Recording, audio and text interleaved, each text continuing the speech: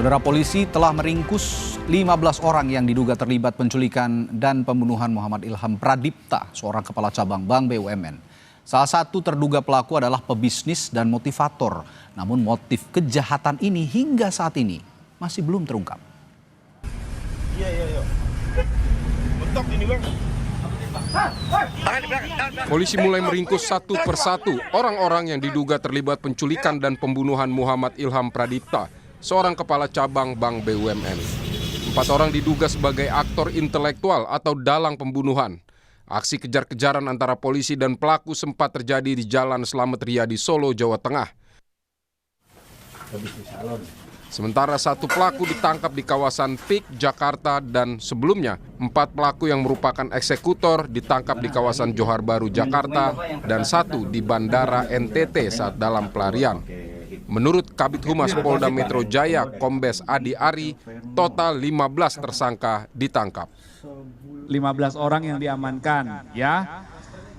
6 orang diantaranya itu diamankan oleh rekan-rekan dari Subdit Resmob, kemudian 9 orang lainnya itu yang mengamankan adalah Subdit Jatanras. Ini membutuhkan waktu, kami harus hati-hati, kami harus berdasarkan SOP, kami juga harus proporsional. Salah satu yang ditangkap adalah seorang pengusaha bernama Dwi Hartono. Dwi juga dikenal sebagai seorang motivator. Pemilik bimbingan belajar daring ini diduga sebagai dalang pembunuhan. Di kampung halamannya Rimbo Bujang, Jambi, Dwi Hartono dikenal sebagai sosok dermawan. Ya, Dusun Jati Makmur, sosok Mas Dwi Hartono ini seorang yang dia tuh dermawan. Mas Dwi dermawan, dia suka membantu, mengasih modal-modal usaha, kemudian salah satunya juga pernah menghibahkan 1 unit mobil ambulan untuk desanya. Kuasa hukum salah satu pelaku penculikan kepala cabang Bank BUMN menyebut ada 3 klaster dalam peristiwa ini, mulai dari pengintaian, penjemputan paksa, hingga eksekusi. Ia menyatakan kliennya hanya berperan dalam penjemputan paksa dan tidak terlibat dalam eksekusi yang merenggut nyawa korban. Terkait penempatan posisi Eras dan kawan-kawan ini, kan ada 3 klaster seperti yang saya bicarakan sebelumnya. Itu ada klaster yang pertama, klaster pengintai, yang kedua klaster penjemputan paksa, yang ketiga adalah klaster eksekutor. Saat waktu mengambil upah itu, disitulah baru mereka mengetahui bahwa korban ini sudah meninggal dunia. Ya, kalau yang klaster eksekutor kami tidak tahu mereka dan kami tidak kenal mereka.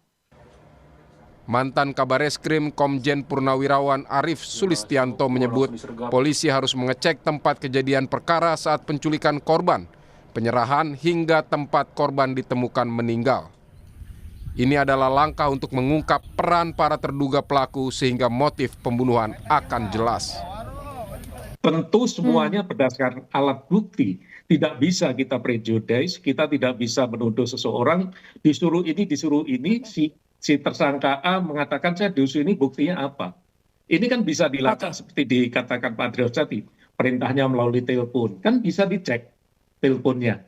Di mana teleponnya, posisinya bisa dicek, dibayar pakai duit apa, bagaimana membayarnya. Semua pasti akan bisa diungkap oleh tim penyidik, karena motif ini penting nanti untuk penerapan pasal yang diterapkan kepada masing-masing pelaku ini. Polisi telah menangkap 15 orang. Publik masih menunggu apa motif pembunuhan kepala cabang Bank BUMN Muhammad Ilham Pradipta. Tim Liputan Kompas TV. Pak Baskoronya ini curiga di sini.